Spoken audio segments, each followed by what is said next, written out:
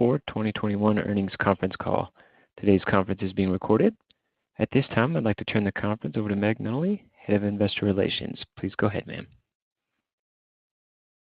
Thanks, Cody. Good afternoon, and welcome to Redfin's financial results conference call for the Q4 ended December 31st, 2021. I'm Meg Nunnally, Redfin's Head of Investor Relations. Joining me on the call today is Glenn Kelman, our CEO, and Chris Nielsen, our CFO. You can find the press release on our website at investors.redfin.com. Before we start, note that some of our statements on today's call are forward-looking. We believe our assumptions and expectations related to these forward-looking statements are reasonable, but our actual results may turn out to be materially different. Please read and consider the risk factors in our SEC filings together with the content of today's call. Any forward-looking statements are based on our assumptions today, and we don't undertake to update these statements in light of new information or future events. During this call, the financial metrics will be presented on a GAAP basis and include stock-based compensation as well as depreciation and amortization expenses. In the event we discuss any non-GAAP measures today, we'll post the comparable GAAP measures and a reconciliation on our website. All comparisons made in the course of this call are against the same period in the prior year, unless otherwise stated. We'll also be sharing some of Bay Equity's preliminary financial results for 2021. Bay Equity and its auditor have not yet completed their process for auditing the company's 2021 financial statements, so actual results may vary from the estimated preliminary results that we present today. Lastly, we'll be providing a copy of our prepared remarks on our website by the conclusion of today's call, and a full transcript and audio replay will also be available soon after the call. With that, let me turn the call over to Glenn. Thanks, Meg, and hi, everyone. Redfin's overall Q4 revenue of $643 million exceeded our expectations on the strength of our iBuying sales.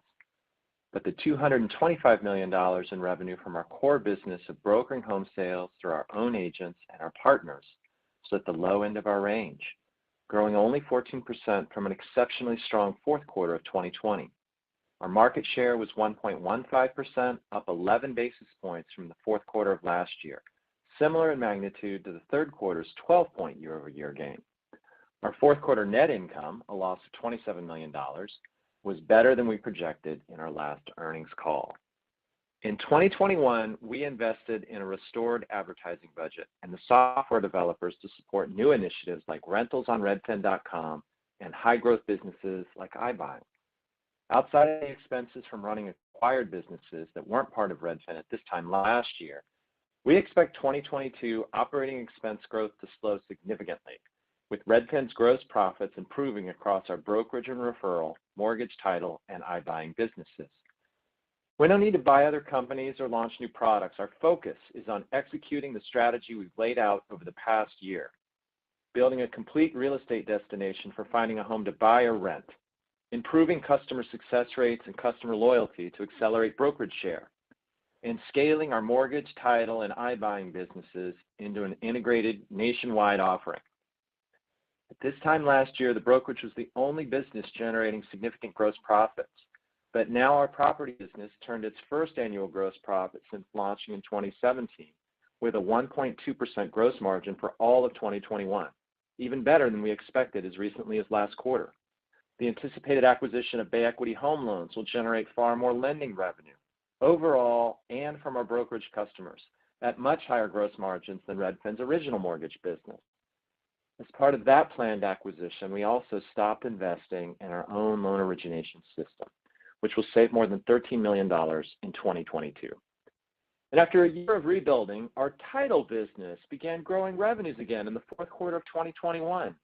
Entering 2022 on pace to double sales with meaningful 22 gross profit.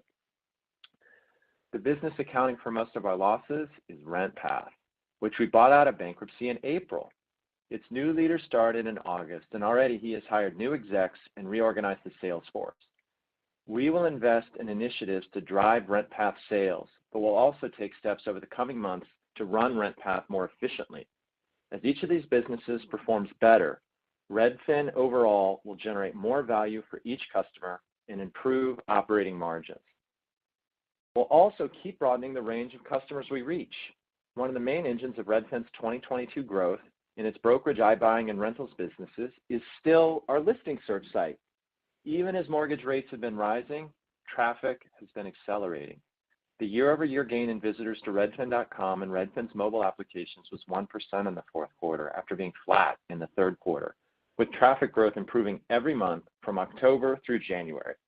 When comparing the second half of 2021 to the sizzling second half of 2020, any growth would have been welcome, especially as ComScore indicates we're growing faster than any of our major rivals.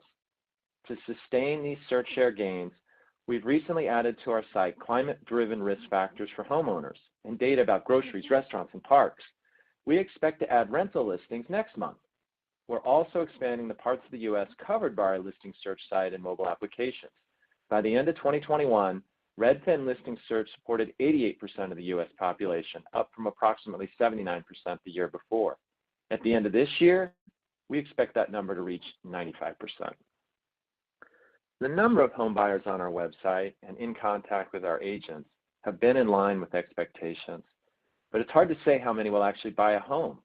With inventory so low and home affordability changing so fast, early touring activity hasn't led to as many accepted offers as we'd expect. We're sure that reducing the number of home buyers and agent supports by as much as 28% in some markets will over time increase our home buyers' likelihood of winning an offer with Redfin. With listings so scarce, home buyers need more personal service than ever, and there's no evidence that the reduction in home buyers' commission refund, which we use to fund this service improvement, has limited demand. But to deliver this higher level of service, we've had to hire more agents than usual. 23% of our lead agents have joined Redfin since October 1, which is nearly as much as the whopping 25% in 2021. As these agents guide customers through their month-long home search, the gains we expect from better customer service in market share and gross profit will come in the second half of 2022. Now that we've staffed for this level of service, our agent hiring for future home buying seasons will mostly be in line with our growth, especially as the annualized attrition rate for lead agents has declined from a peak of 36% in the second quarter of 2021 to 30% in the fourth quarter. Despite the agent retention challenges often discussed in these calls, Redfin outperformed all of our rivals in agent retention last year. One business benefiting from the shortage of homes for sale in Redfin now, let me try that one more time. One business benefiting from the shortage of homes for sale is Redfin Now, which blew out its revenue forecast because the homes we buy on our own account are selling faster than ever. In the first quarter of 2022, when comparisons to 2021 will be a stiffer challenge, Redfin Now is still expected to triple year over year. We've been more successful buying homes at profitable prices because there are fewer iBuyers bidding against us. Based on anecdotes from the Redfin employees making offers, the price range of competitors' bids is narrower. When we lost a bid last summer, we sometimes lost by $50,000. But now when we lose, it's more likely to be by $5,000. We're still more active in coastal markets than other iBuyers, buying older homes in more expensive neighborhoods. We have so far earned higher gross profits from these homes, albeit at a lower margin. Starting in December, we significantly raised our offer prices in anticipation of low inventory for the opening 3 months of the home buying season, a decision that seems likely to pay off. Redfin Now's contributions to gross profits is a major milestone for a company that had been taking money from the brokerage cash register to fund our ancillary businesses. But the acquisition of Bay Equity Home Loans will have an even larger impact on our profits. On its own, Bay Equity earned more than $50 million in 2021 net income from more than $350 million in revenue, about 53% of it from purchase mortgages rather than refinancings. Refinancings are likely to dwindle as rates rise, but Redfin can offset that by connecting our agents with Bay Equity loan officers. With 396 loan officers compared to Redfin Mortgage's 28, Bay Equity has the scale to serve Redfin's 2,450 lead agents. And because Bay Equity supports loans that Redfin Mortgage previously had not, including Veterans Affairs and Federal Housing Administration loans, and far more competitive pricing for jumbo loans, Bay Equity can serve nearly every brokerage home buyer. What we like best about Bay Equity is its culture of putting the customer first. We evaluated dozens of lenders before deciding to acquire Bay Equity. Many were eager to meet our customers, but most assumed we wanted to give those customers the worst deal possible, not the best. Bay Equity was different. Among the lenders with more than $5 billion in originations, Bay Equity was in the top 25 on Redfin's open book review site for on-time closings and customer satisfaction. What was equally striking to us was Bay Equity's commitment to its own people. Many of the lenders we met had binge hired during the boom, but Bay Equity had grown revenues without adding many employees, instead investing in its culture. Mortgage experts told us to expect at least 20% of Bay Equity's loan officers to leave soon after a deal was announced. But 1 month after the announcement, Bay Equity's loan officers seemed to value meeting Redfin's brokerage customers and to trust Bay Equity's leaders. Only 7 of the 396 have resigned so far. Since Bay Equity has hired 7 loan officers in that time, there's been no net change in the number of loan officers. Once the deal closes, Bay Equity loan officers and Redfin agents seem excited to meet. We expect the deal to close in April. The company we acquired the year prior, RentPath, started from the opposite position of Bay Equity, emerging from bankruptcy rather than notching record profits, with customers uncertain about its future. Year-over-year declines in revenues and customers have narrowed, but this business is still at the beginning, not the end of a turnaround. Better sales execution and an increase in the number of rental inquiries for each of our customers will help us drive 2022 sales. From the fourth quarter of 2020 to the fourth quarter of 2021, RentPath spending on search engine ads fell 63%. But if you set aside traffic from advertising, RentPath's visits over that time increased 13%. Even with such a drastic reduction in advertising, the inquiries RentPath generated for each property that a customer paid to promote on our sites increased over that time by 9%. One reason we can recruit more customers is that we're now giving those customers more value. That value will get another boost when we promote RentPath properties on redfin.com this March. And RentPath customers won't be the only beneficiary. This will also boost Redfin's authority as a real estate destination. Nearly all the major real estate sites redfin.com competes against have rental listings. Even as RentPath sales recovers, we also have to reduce spending in many areas, which RentPath couldn't do while in bankruptcy because of an earlier failed acquisition attempt. By the time John started in August, change was long overdue. He had already developed a new management team. In the coming months, we expect that team to align the company's resources behind John's initiatives to grow revenue. Now, before turning the call over to Chris, let's discuss the housing market. Since the start of the year, mortgage interest rates have risen from 3.1% to 3.9%, with more increases likely. From January 2021 to January 2022, the mortgage payment for a median-priced U.S. home increased by more than 25%. December pending sales were down 7% year over year and down 15% in the West, home to 6 of Redfin's top 10 markets. But Redfin expects to grow significantly in 2022, powered by traffic growth, rental listings on redfin.com, better customer service, and profits from iBuying and mortgage. We'll get more than our fair share of customers and deliver more value to each one. With inventory so low, customers need a broker who can get them into homes at a moment's notice and make their offers more competitive with financing that won't fall through.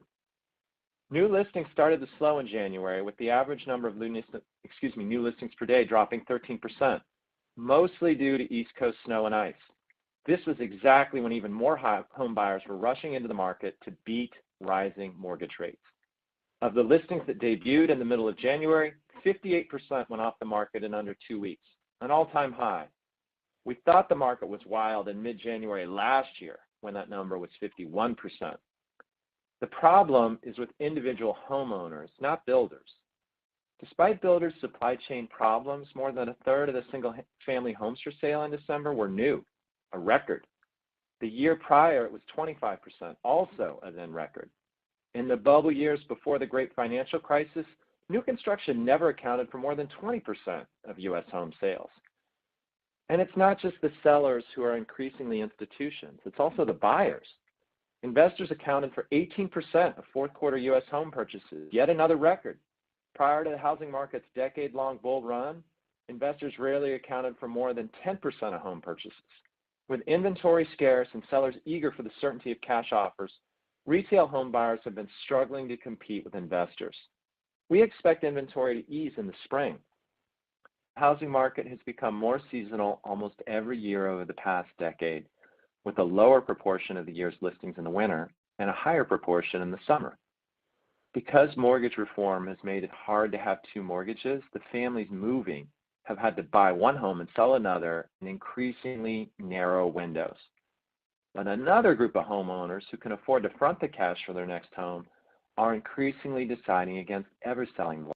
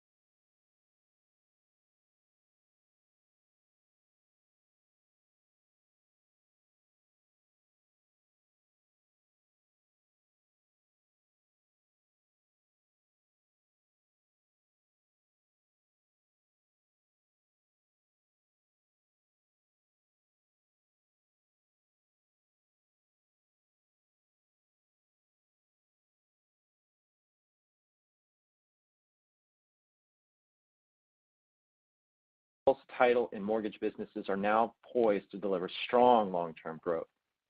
If hard times come, we believe we'll take share faster than ever, drawing on a culture strong in will, to strive, to seek, to find, and not to yield. Take it away, Chris. Thanks, Glenn. We closed out 2021 on a solid note. Revenue and net income both came in better than the high end of our guidance. Top of funnel demand remains strong, although customer conversion has been impacted by low inventory, and we're carefully monitoring the macroeconomic outlook heading into 2022.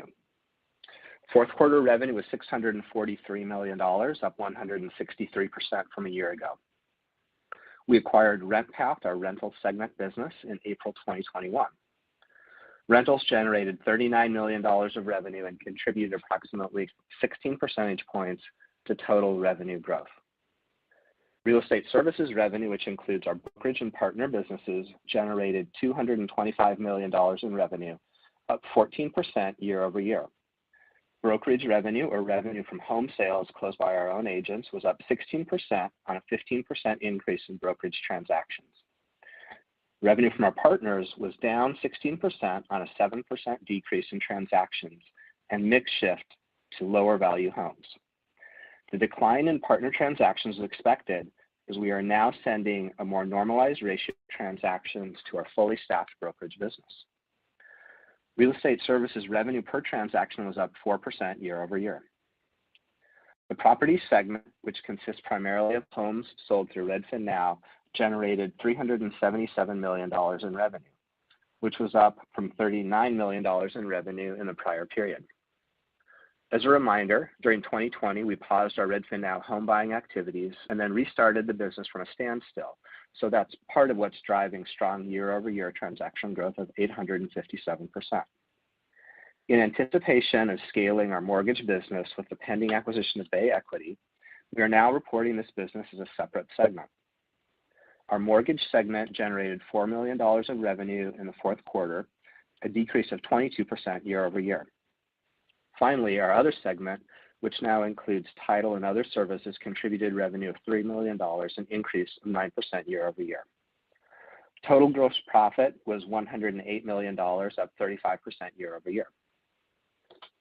Real estate services gross margin was 33.5%, down 740 basis points year over year. This was driven by a 620 basis point increase in personnel costs and transaction bonuses, and a 100 basis point increase in tour and field costs. This compression was expected as the business was running at unsustainable levels in the fourth quarter of 2020. Furthermore, as discussed on our last earnings call, we started hiring lead agents earlier than normal, with our first significant cohort starting in late November instead of January. And this weighed on our fourth quarter margins. Even with these operational changes compared to the fourth quarter of 2019 before the pandemic hit, gross margin is up 130 basis points. Properties gross margin was up 580 basis points year over year in the fourth quarter, and this marked our first full year of positive gross profits for the segment. The improvement was primarily attributable to a 610 basis point decrease in personnel costs and transaction costs as the business scaled, and a 160 basis point decrease in home selling expense. This improvement was offset by a 280 basis point increase in purchase, maintenance, and capital improvement costs. RentPath gross margin was 82.6% for Q4 2021.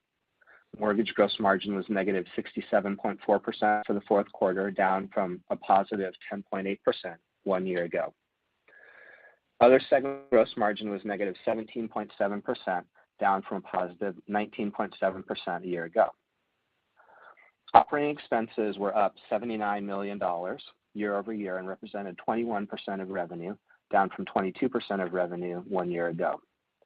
Approximately $47.6 million of the increase was attributable to the acquisition of RentPath.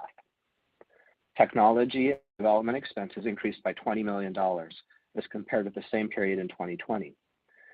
The increase was primarily attributable to a $12.8 million increase from RentPath. The remaining increase was primarily attributable to a $5.4 million increase in personnel costs due to increased headcount. Total technology and development expenses represented 7% of revenue, down from 10% 1 year ago. Marketing expenses increased by $15 million as compared with the same period in 2020. The increase was primarily attributable to a $9.4 million increase from RentPath.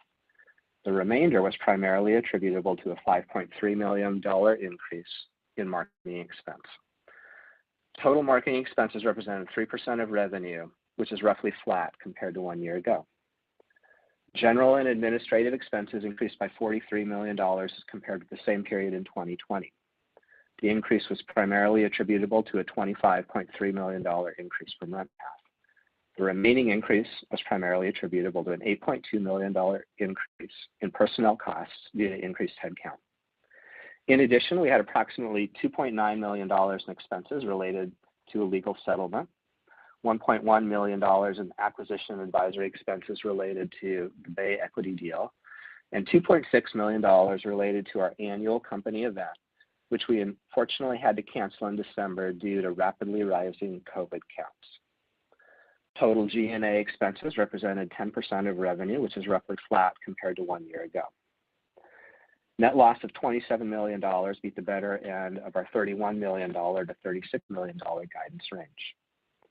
Diluted loss per share attributable to common stock was minus 27 cents, compared with diluted income per share attributable to common stock of 11 cents per share 1 year ago. Now turning to our financial expectations for the first quarter of 2022. Consolidated revenue is expected to be between $535 million and $560 million, representing year-over-year growth between 99% and 109%.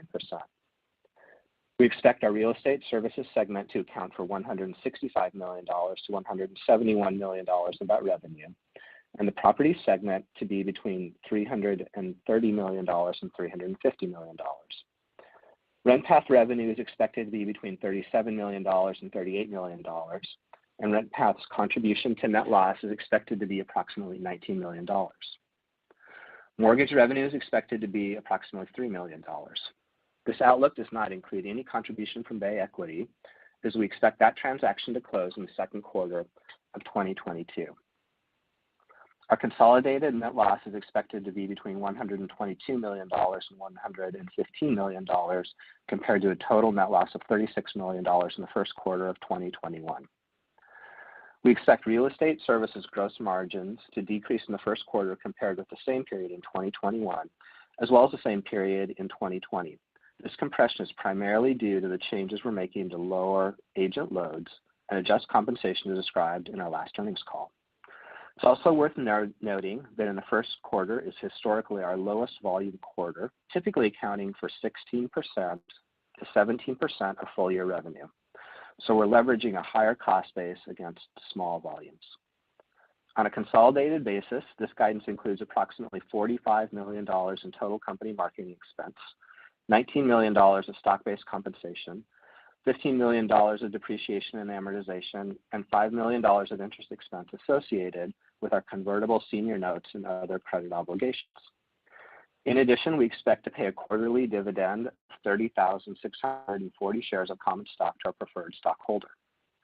As a result of the Bay Equity acquisition, we'll also incur $5 million of restructuring expenses in the first quarter, most of which is for severance. The guidance assumes, among other things, that no additional business acquisitions, investments, restructurings, or legal settlements are concluded, that there are no further revisions to stock-based compensation estimates. And now, let's take your questions. Thank you. If you'd like to ask a question, please signal by pressing star 1 on your telephone keypad. If you are using a speakerphone, please make sure that your mute function is turned off to allow your signal to reach our equipment. Once again, that is star 1 if you'd like to ask a question. And we'll take our first question from Naved Khan with Truist Securities. Please go ahead. Yeah, hi. Thanks a lot. I got a couple of questions, maybe one on RentPath, another on Brokerage. On the RentPath side, Glenn, you said we are at the start of the sort of the improvement, not at the end of it. So if I kind of look out into 22 and 23, how should we think about the path to growth along with EBITDA profitability? I know that you're going to start the integration in Q1. That's going to deliver some synergies. How should we think about it from the outside looking in? And then maybe quickly on the brokerage side, revenue per transaction was down sequentially, and just wondering what were the sort of puts and takes there. Great. I'll let Chris answer the second question, but about RentPath, the first order of business is to get sales going in the right direction. Traffic usually leads, and in this case, organic traffic is up by double digits, but customers are still leaving the platform. Some of that is because occupancy rates are really high, but we should be gaining customers' trust back, especially as we add redfin.com traffic. We will be delivering significantly more inquiries to RentPath's property management customers. So the name of the game in 22 is to get sales going, but we also need to improve EBITDA, and that'll happen over the course of 22 and into 23. We understand that this is a company coming out of bankruptcy, that there is still some restructuring to do, but before we do that, we have just wanted to make sure that John Ziegler, the CEO of RentPath, whom we hired to turn this business around, has had time to figure out what he wants to prioritize and what he wants to deprioritize. So in the coming months, you will see more from us on how we are going to get operating leverage over the next 2 years. Sure. And then Chris. In terms of revenue per transaction, revenue per brokerage transaction, and revenue per partner transaction, we're actually relatively close between the third quarter and the fourth quarter. There's a little bit of a mix shift towards a bit more partner transactions in the fourth quarter, and so that may have influenced the total figure. But otherwise, things are mostly stabilized there and running pretty naturally. Understood. Thank you, Glenn. Thank you, Chris. Thank you. Thank you. Thank you. We'll now take our next question from Tom White with D.A. Davidson. Hi, this is Tevis on for Tom. Thanks for taking our questions. Two, if I may. First one on RentPath. Just wanted to know how we should think about the long-term margin targets once it's like more fully integrated within your business. And then next on iBuying, just wanted updated thoughts on your iBuying appetite, like to get meaningfully bigger, especially after the pullout of one of your biggest players in that space. Thank you. Sure, I can comment on the first one with regard to RentPath. We haven't laid out long-term targets or shared those externally.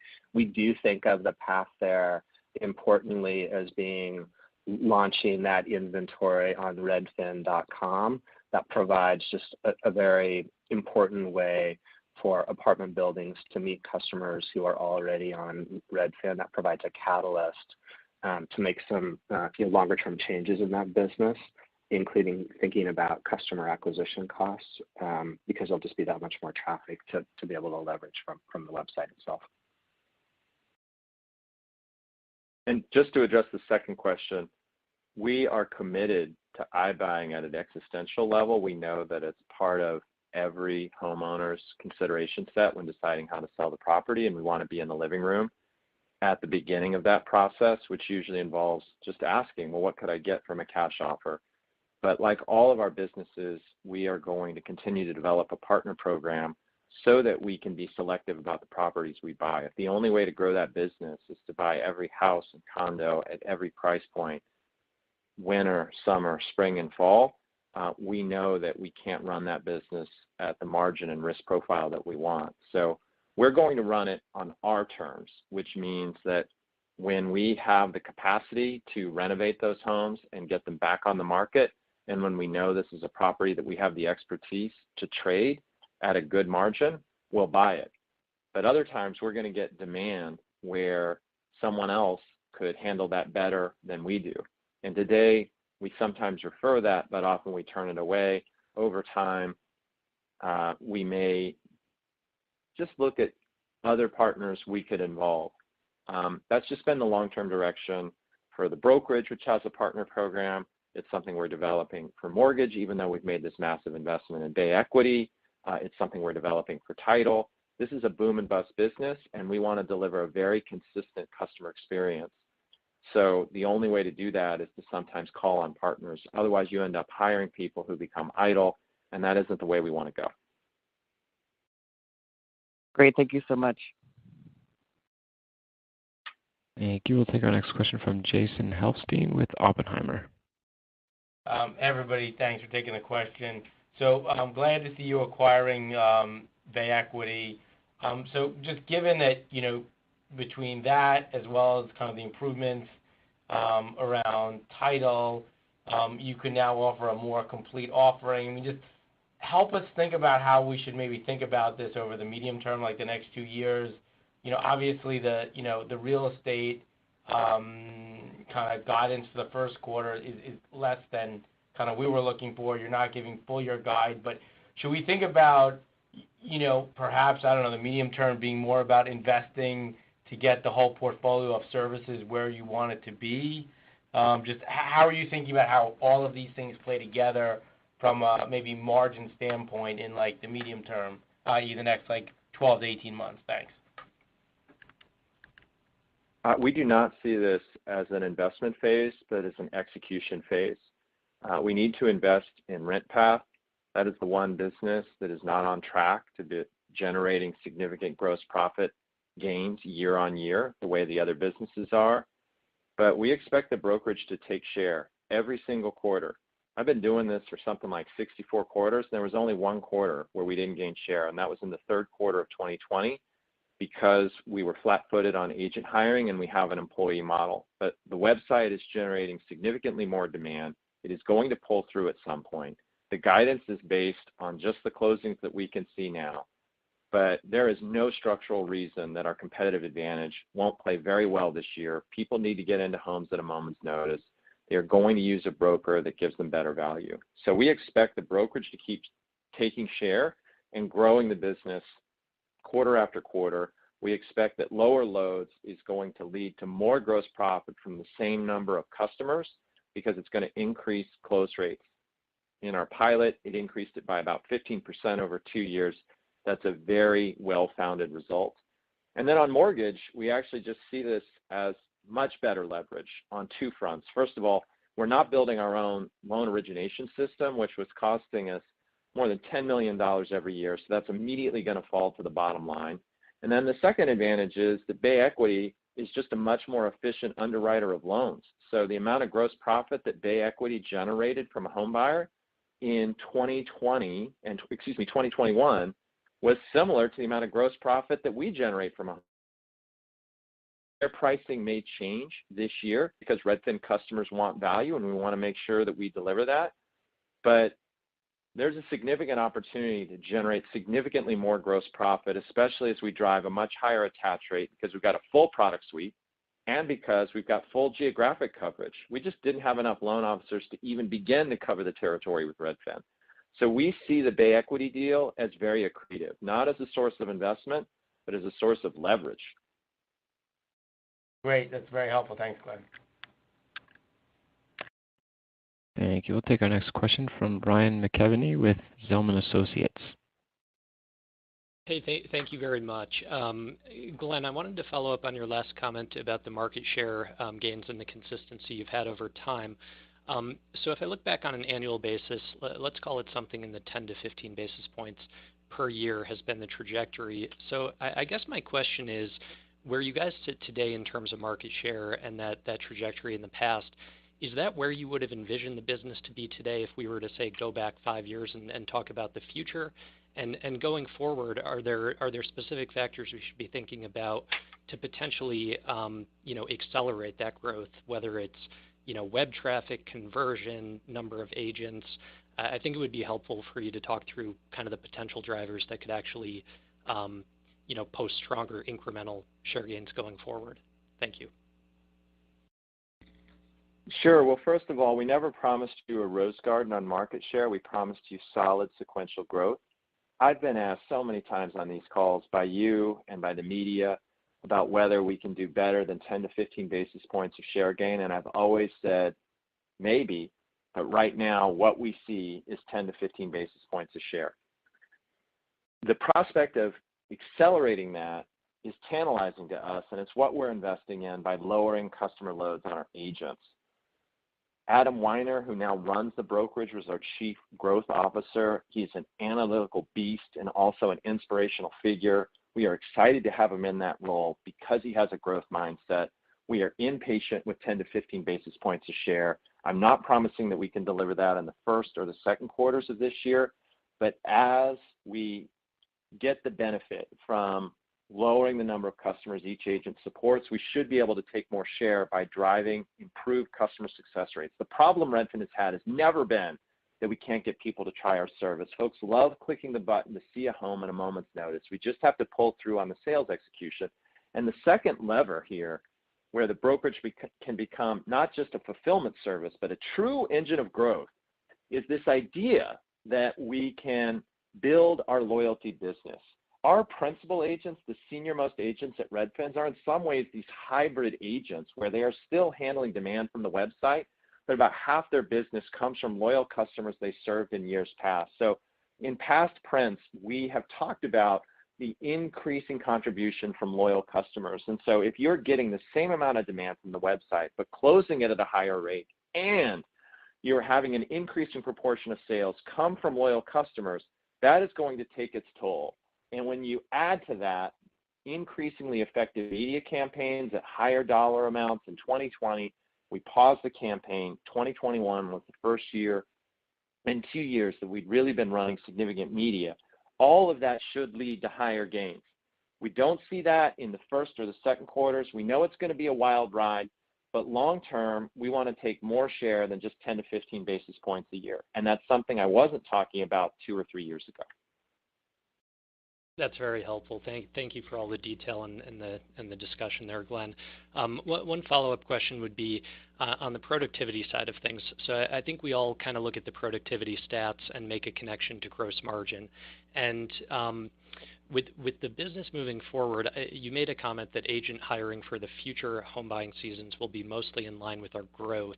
I guess, is there any implication of that comment about productivity, or is that separate from the productivity discussion, in terms of kind of growing via adding agents versus growing via expanded productivity? Thank you. Yep. Well, being acquisitive about market share comes at a potential gross margin cost. We have mostly offset that by reducing the home buyer refund.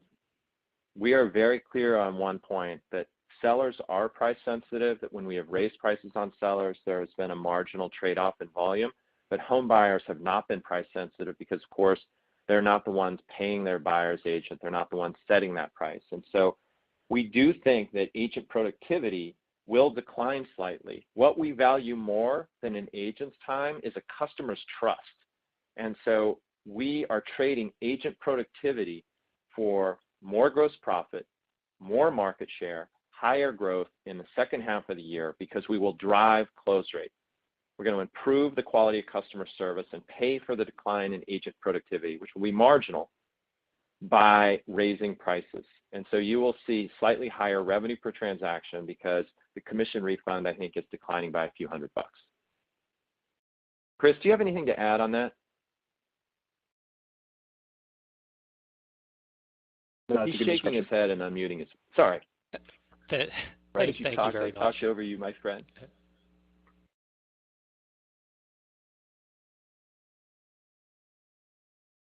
Thank you. We'll go ahead and take our next question from Yigal Aronian with Wedbush. Hey, good afternoon, guys. I want to really focus on the real estate services guidance. At the low end, it's down year over year slightly. At the high end, it's up slightly. But Glenn, to me, your macro commentary, there's certainly a lot of moving pieces, tightened inventory, but feels like there's still a lot of demand, still bidding wars, prices still staying, relatively strong, potentially increasing. I know the inventory coming into the market maybe a little bit later in the year, but it feels like the overall health of the market. I know we have some tough comps, but on the macro side, still feels strong in 1Q. So just wanted to maybe start on the puts and takes in the guidance and how maybe tie your macro views with the guidance in real estate services. Well, I'll start here and see if Chris has anything to add. And the first point is the one that you already made for us, which is that 2021 was a sizzling year. If you were to say that we just pulled forward some demand and look at the compound annual growth rate over a couple of years, it's in the mid-20s, which is exactly where we want to be. One, just headwind for us might be that the West is not doing quite as well as the rest of the country. People are moving from the West to the Midwest and to the East. And so if you look at California cities in particular, we are concentrated there. We're also concentrated in Seattle, and those are the markets that are really suffering the most from inventory declines and price shocks. So that's why we're fairly cautious. We do think that we'll take share. Pending home sales are down year on year, and we just have a ton of demand, Yigal. The question is how much of it's going to pull through and whether some of the people who are trying to make bids right now are actually going to end up saying, screw it.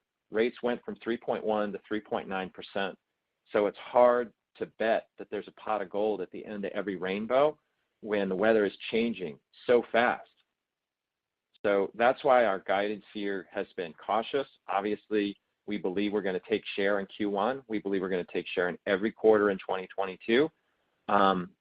The only issue for us on share is just that there's slight concentration in the West when most of the home buying in the United States is happening in other parts of the country. Chris, do you have anything to add? No, that's a good summary.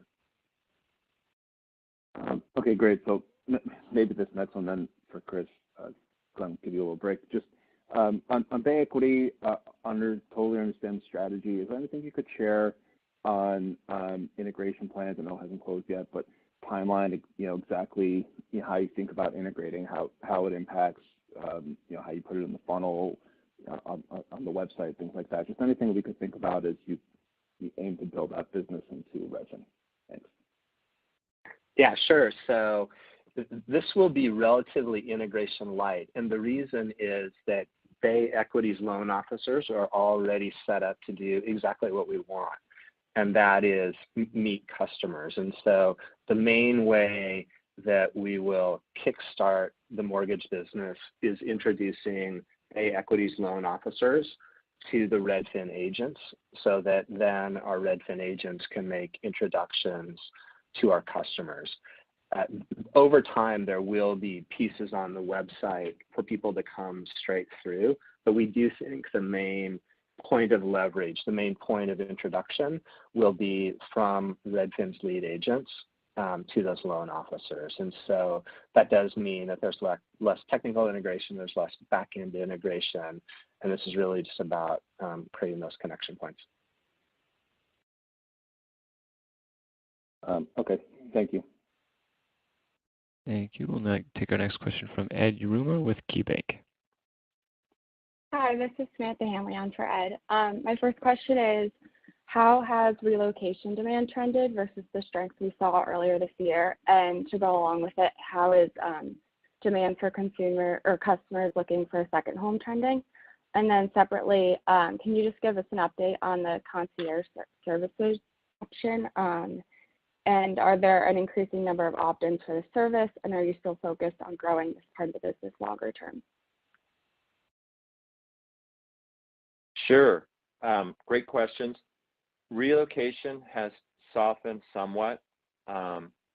It dropped to a lower rate in Q4, back to early 2020 levels. Second home demand is still off the hook. And I'm trying to remember, the third part was about concierge. Concierge is such a conundrum for us because our customers love it. Our agents want it. We've had some fulfillment challenges because it's just hard to get somebody to show up to redo the lawn, to paint the walls, to get the work done. And that's our calling card, is that it's on-demand service. You meet a listing agent from Redfin and she promises to get your home on the market in 2 weeks and have it unrecognizably beautiful from where it is today. And getting it done fast drives massive returns for the customer. We've already seen that with Redfin now. When we own the property, the same thing happens when our customers own the property, and giving them that upside is so important to everything that we do. You can only do so much marketing a home digitally or through a salesperson's individual efforts. What really drives a premium is when the home buyer drives up and it just looks gorgeous when the home buyer walks in and she's blown away. And so fulfillment has been the challenge there, especially with Redfin now growing so fast and competing for some of the same people to swing hammers and paint walls. Got it. Thank you. Thank you. We'll move on to our next question from Curtis Nagel with Bank of America. Good afternoon. Thanks very much for taking the question. So I guess I just wanted to refocus on the real estate services gross margin. And I guess at like a high level, how to think about how that trends through the year, right? You guys gave, obviously numbers for 1Q, obviously some pressures there. As we move through the year and, volumes, as you mentioned, increase, right? I guess compensation still sticks in there.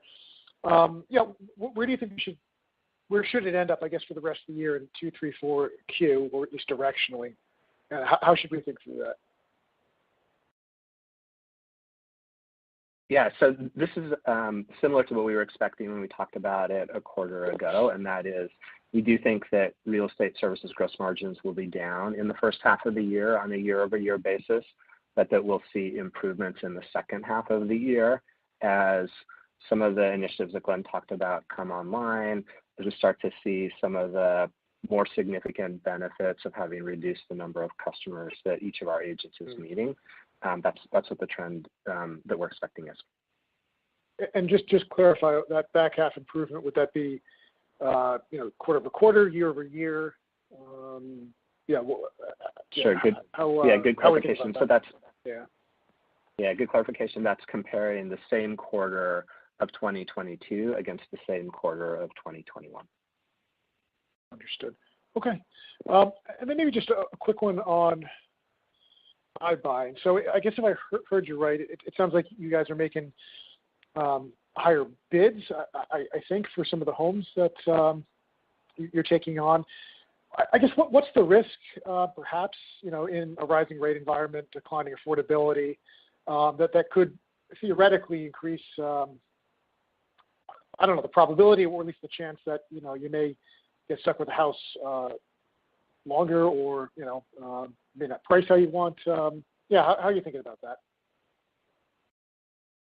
Well, the color we gave in the prepared remarks was that we bid more in December. And the reason we talked about that is because we can already see that was the right bet. Inventory is very low, in part for cyclical reasons, in part for structural reasons that we discussed. But we are running on a knife's edge with iBuying, and we know it. And when we're not sure which way to go, we go low because we don't need that volume. Okay, understood. Thanks for the clarity, and yeah, good luck with the quarter. Thanks. Thank you. We'll move on to our next question from Brad Erickson with RBC Capital Markets. Hi, thanks. I guess two. So, Glenn, I think going back a little earlier in the call, you mentioned traffic obviously being a leading indicator for your business. I think overall traffic on the site's been flat-ish the past couple of quarters. Obviously seems like it's set up just from a comps perspective to grow again in the back half, kind of in line with some of your other commentary. Just talk about the love to get back to, to get beyond some of the prior ceilings you've hit on traffic. What maybe marketing dollars need to be applied, or do you need to spend incrementally around that? And then one more on the gross margin. My apologies. I know this has been well addressed, but I guess just in the context of some of that linearity you just gave, Chris, how important is the partner business mix playing in that, given the agent hiring you've talked about? Thanks. Well, why don't I answer the first question, Chris, and then you can handle the second? Is that fair? So traffic and marketing dollars are correlated, but only weakly at Redfin. Most of our ads are really trying to recruit brokerage customers directly, and so it improves conversion rates, or it just, in a direct marketing campaign, recruits customer straight into a form where that person can ask for service. What's driving our traffic, number one, there's just a sequential improvement from October to November to December to January and beyond, where we think that traffic will continue to improve. There might be some kind of macroeconomic headwind as home affordability gets pressured, but we've just been confident that traffic will continue to grow, in part because of improved comps. But the other factors are that we just have a broader geographic footprint. We're adding new inventory, rentals inventory, which will obviously bring renters to the website, but also broaden our authority as a real estate destination and improve Google ranks. And then the final factor is that we've just been adding data about restaurants, parks, amenities, climate. There's a bunch of layers that are coming in over the next few quarters. And right now, different search engines are rewarding that, and they're doing so correctly because consumers want that information. And so that was a deficiency we had in the first half of 2021 that we were scrambling to correct. We did it ahead of schedule. And so we expect not only to take search share, but also to be able to convert it better. And then in terms of the partner mix impact on real estate services gross margin, that will have a little bit of a depressant impact in that we do expect a few more transactions to move to the brokerage and away from partners, but it's not a significant change. It's not a meaningful change overall. And so, mostly we'll continue to have the kinds of transactions, the percentage of transactions going to partner agents that we have in the house. Got it. Thank you. Thank you. We'll now take our next question from Mark Mahaney with Evercore. Okay, thanks. Two questions. One, Glenn, I always appreciate your commentary, especially your views on the market. You made a comment, I think, that you expected inventory to start loosening up, I think sometime in 22, and you made the statement, but just put the why behind that. Why do you think that's going to be the case? And then, Chris, if I could just ask on the Q1 guidance, just on the top line for the real estate services, revenue segment, and you may have touched on this before, but please double-click. The guidance implies something like 24% sequential decline in revenue at the high end of the guidance, and that's a steeper decline than I think I can find in your model, even worse than the beginning of 2020. So why again is there such a sharp decline in revenue in the March quarter? Thank you.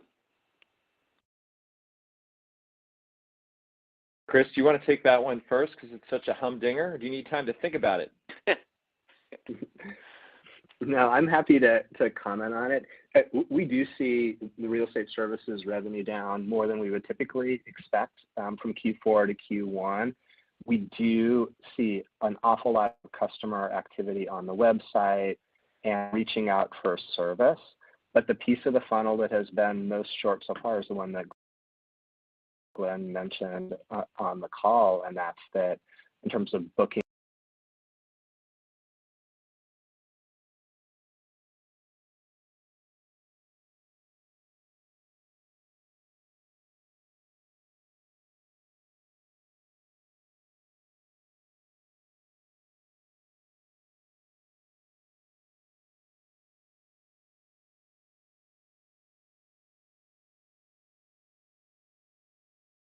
Of transactions, it's been slower than you would expect given those other two factors. And we believe that low inventory levels connects to the other part of your question, Mark, is at least one contributor to that. And we're working hard to get customers all the way through to close deals. But mostly what you should expect from us in terms of providing that guidance is to give you the best view we have of the information that's come in, and including all the other factors that Glenn mentioned.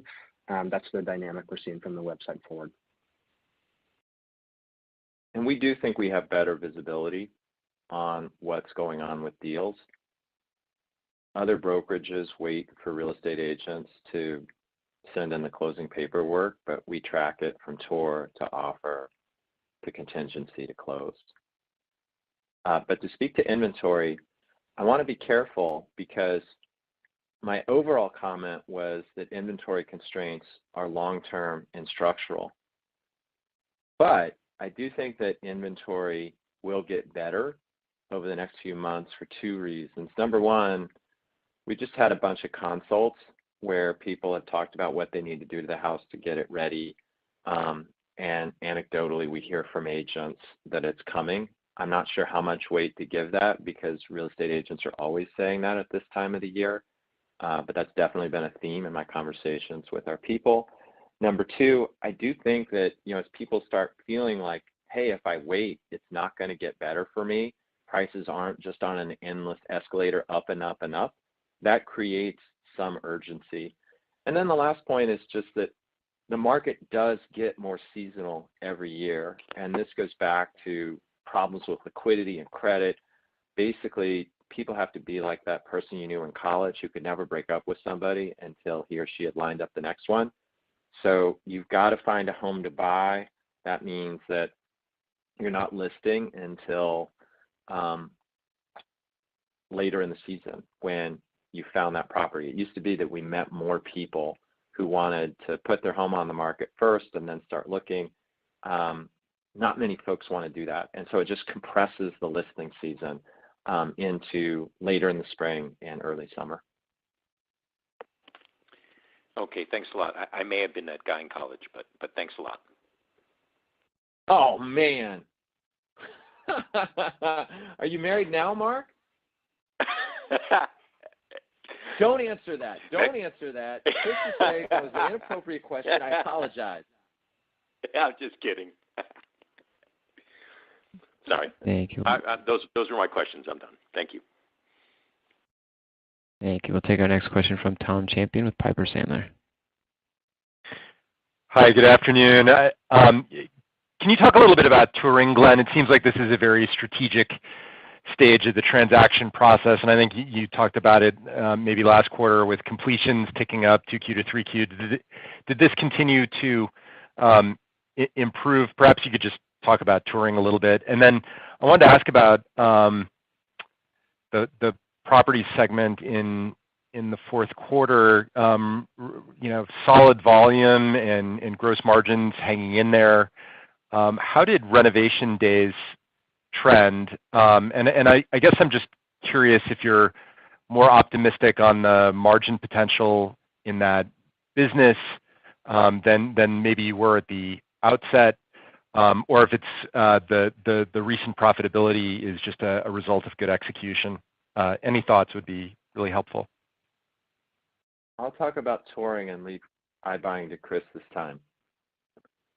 So our focus with touring in 2021 was really about adding capacity because we had so many people trying to get into properties. It was such a competitive market that being able to see the home first and buy it before other people even knew it was for sale was so crucial.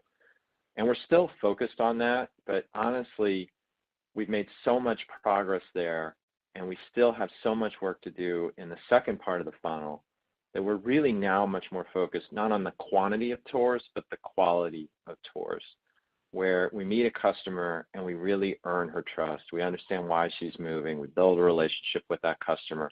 We drive through to closing because people are freaked out and they need advice on whether to buy this house or that house, whether to wait for the summer or to do it now before rates go up. So just the amount of attention that our customers need means that speed still really matters, but there's just more emphasis on getting our absolute best people out to the first tour and winning that customer's trust. Chris, do you want to talk about iBuying? I do. Renovation times were better in the fourth quarter than they were in the third quarter. We just had fewer places where we got bottlenecked at all. Team did a really good job of moving inventory through the whole quarter. Some of that probably is just being more organized, having the right capacity in the right places to match up with the homes coming through, and maybe a little bit of it has to do with availability of labor also. But overall, we were pleased with how that worked.